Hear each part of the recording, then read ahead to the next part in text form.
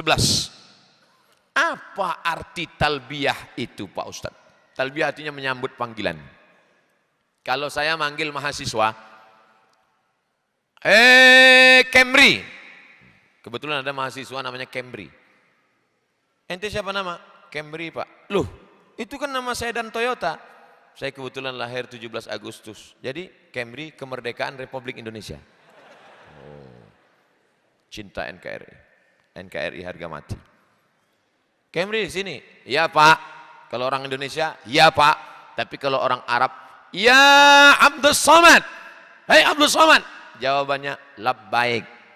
Labbaik, aku sambut panggilanmu. Kalau bahasa kampung saya, hei Abdul Somad. I am coming sir. Jadi arti labbaik itu artinya aku datang ya Allah menyambut panggilanmu. Orang yang datang itu dipanggil. Yang manggilnya siapa? Nabi Ibrahim alaihi salam. Ada di Makkah itu namanya Bukit Jabal Abi Qubais. Naiklah Nabi Ibrahim ke atas Jabal Abi Qubais. Dipanggilnya lah ketika itu roh Abdul Somad. Belum ada kuku, belum ada bulu, belum ada darah, belum ada daging, belum ada kulit, belum ada sumsum, belum ada tulang. Yang ada hanya roh Abdul Somad. Dipanggil Nabi Ibrahim, ya Abdul Somad. Saat itu ruh saya menyahut, labbaik. Maka setelah bertemu ruh dengan jasad, masuk ruh ke dalam jasad Abdul Somad. Sekaranglah baru dia menyahut setelah 3000 tahun lamanya dipanggil. Makanya bergetar, merinding. Kenapa? Karena itulah panggilan ruh yang pertama setelah bertemu dengan jasad. Saat itu dia katakan, labbaik Allahumma labbaik. Yang manggil siapa? Ibrahim. Yang nyuruh siapa? Allah subhanahu wa ta'ala. Apa kata Allah? Wa adzin. Adzan, panggilan. Wa adzin, panggil. Ibrahim panggil seluruh umat manusia supaya datang ke Makkah Al-Mukarramah. Wa adzin fin nasi bil hajj. Panggil mereka untuk melaksanakan haji dan umrah. Kalau sudah kau panggil, yatina min kulli fajjin amiqa. Mereka akan datang kemari walaupun dari lembah yang sangat dalam. Bukan bohong, bukan hiperbola.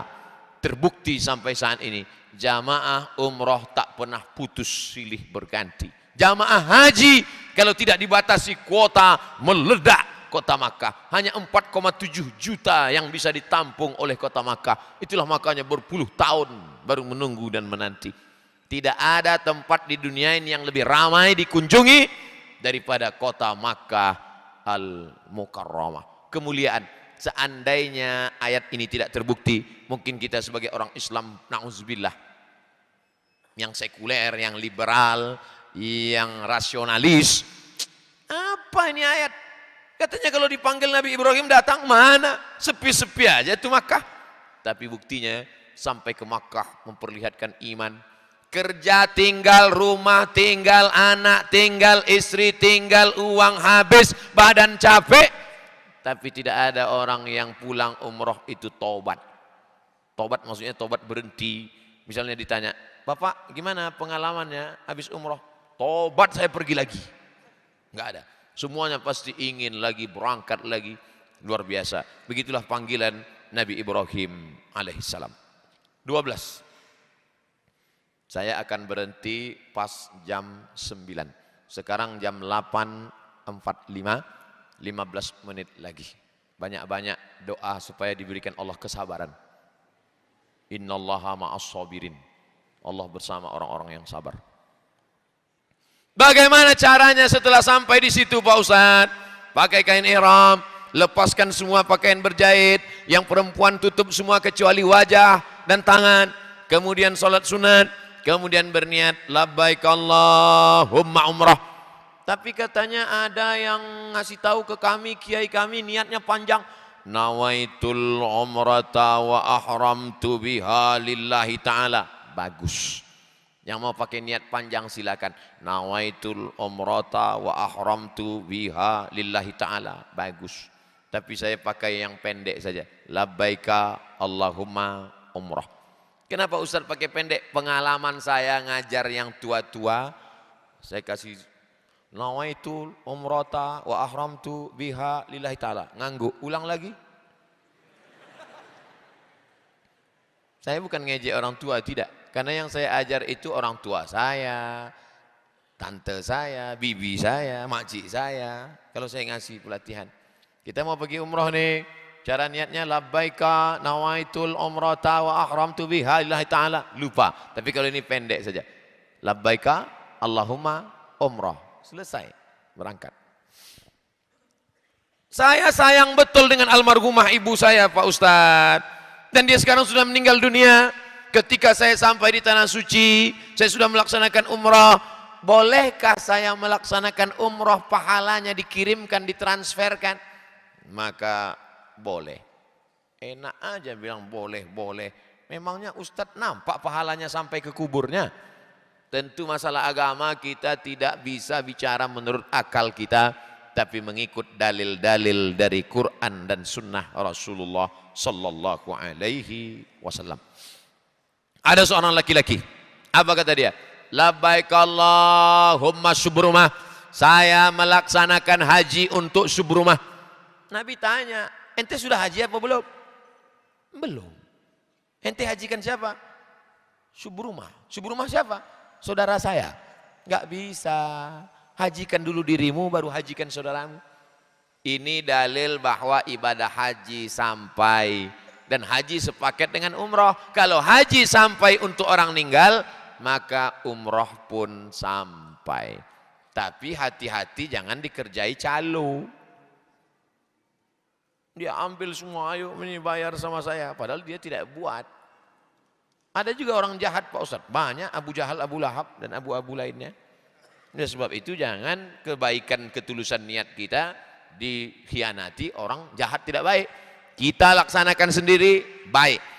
Nanti kalau ada yang mengatakan tidak sampai itu, laksanakan. Tapi jangan kelahi hanya dalam masalah khilafiyah. Tapi yang melaksanakannya pahalanya sampai sesuai dengan hadis Nabi Muhammad sallallahu alaihi wasallam. Kalau melaksanakan untuk orang lain niatnya gimana Pak Ustadz? Labbaik Allahumma umratan an fulan bin fulan. Saya laksanakan umroh untuk almarhum si fulan bin fulan. Kalau untuk teman saya yang masih kuliah di UPI, nggak bisa. Karena masih hidup. Tapi saya ingin betul mengumrohkan dia. Tunggu dia mati. Masih hidup nggak bisa. Apa saja yang terdapat di Ka'bah itu Pak Ustadz? Ini saya jelaskan. Ada namanya Ka'bah 4 sudut. Di sini Hajar Aswad. Di sini namanya Rukun Iraki. Kenapa disebut Iraki? Karena arahnya ke Irak. Hajar Aswad pojok sini, tempat mulai tawaf. Yang sini namanya rukun Iraki karena mengarah ke arah Irak. Sedangkan ini disebut dengan rukun Syami karena ini mengarah ke negeri Syam. Oh, negeri Paman Sam, bukan, itu Amerika. Syam. Syam itu sekarang sudah jadi 4 negara. Suriah, Lebanon, Palestina, Yordania. Suriah, Lebanon, Palestina, Yordania. Yang sini disebut dengan rukun Yamani karena mengarah ke arah Yaman. Hajar Aswad, Iraki, Syami, Yamani. Maka dimulai tawaf dari Hajar Aswad. Subhanallah walhamdulillah wa la ilaha illallah Allahu akbar. Subhanallah walhamdulillah wa la ilaha illallah wallahu akbar.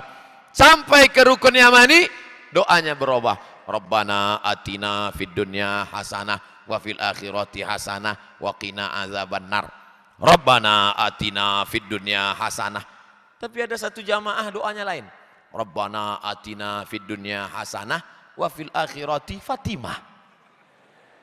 Ditanya sama jamaah lain, Bapak kok doanya lain? Rupanya dia umroh sama istrinya, dua-dua ikut. Yang satu namanya Hasanah, yang satu Fatimah. Kalau saya sebut Hasanah 2 kali, Fatimah marah. Itulah makanya kalau doa itu kita paham. Saya enggak menyuruh ngapal isi doa, yang penting paham saja secara keseluruhan. Yang penting substansi maknanya paham. Rabbana atina fid dunya hasanah, di dunia baik, wa fil akhirati hasanah, di akhirat baik, wa qina azabannar, selamat dari api neraka. Hebatnya umroh, enggak ada rukun qauli. Salat ada rukun qauli. Rukun qauli artinya ucapan. Kalau tidak diucapkan salat batal. Fatihah. Kalau ada yang salat enggak pakai Fatihah, batal. Allahu Akbar. Allahu Akbar kabira. Walhamdulillahi katsira. NU, Perti, NW. Tapi kalau Allahumma ba'id baini wa baina khotoyaya, Persis, Muhammadiyah. Kamu belum hafal dua-duanya, enggak apa-apa. Sah. Karena iftitah enggak wajib. Allahu Akbar, Al-Fatihah. Batal sholatnya. Namanya Al-Fatihah, bacaannya bukan itu. Ada namanya tahmid, alhamdulillah. Ada namanya tasbih, subhanallah. Ada namanya takbir, Allahu Akbar. Ada namanya tahlil, la ilaha illallah. Ada namanya istighfar, astaghfirullahalazim. Ini ada orang mabuk, disuruh kawannya istighfar, istighfar bu, istighfar.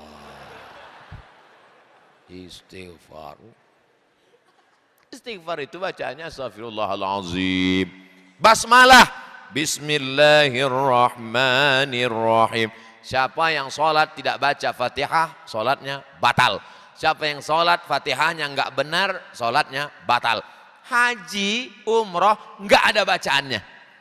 Makanya jangan takut berangkat karena enggak hafal. Saya sebenarnya duit ada Pak Ustadz.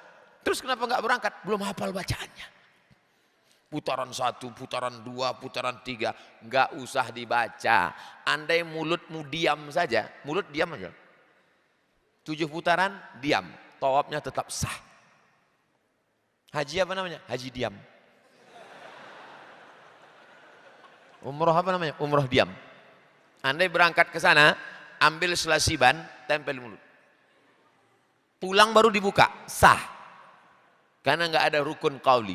Tapi ya jangan keterlaluan lah. Paling enggak tasbih.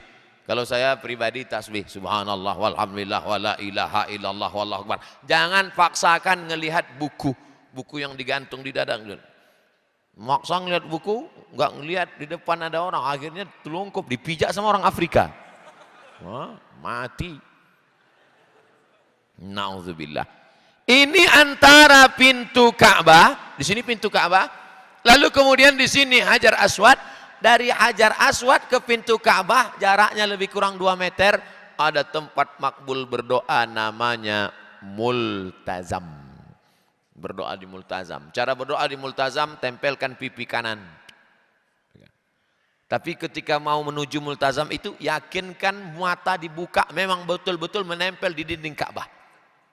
Karena ada juga orang dia bilang, Ustaz tadi saya di sana, tapi kok basah ya? Rupanya belakang orang Afrika. Karena dia terlalu kusuk pejam mata.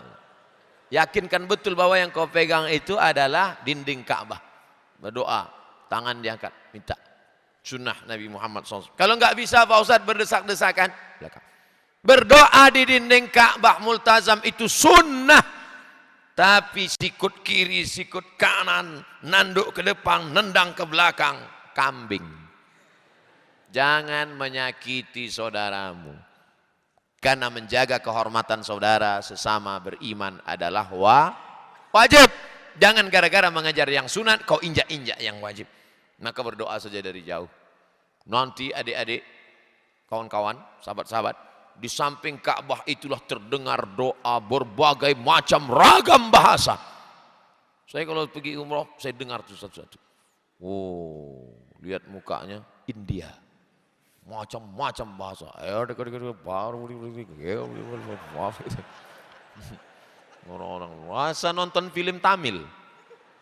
Rupanya saudara kita dari dataran negeri India. Ada pula dari Cina. Ada pula macam-macam. Berdoa kita di samping Ka'bah. Lihat sebelah kanan putih seputih-putihnya. Macam kulit telur ayam rebus dikupas. Lihat sebelah kiri seperti tempat merebus telur ayam. Saking hitamnya. Tapi di hadapan Allah Subhanahu wa taala, yang putih tidak mulia karena putihnya, yang hitam tidak hina karena hitamnya. Yang mulia adalah yang paling takut kepada Allah Subhanahu wa taala. Baru abad 20 orang Amerika memuliakan orang kulit hitam.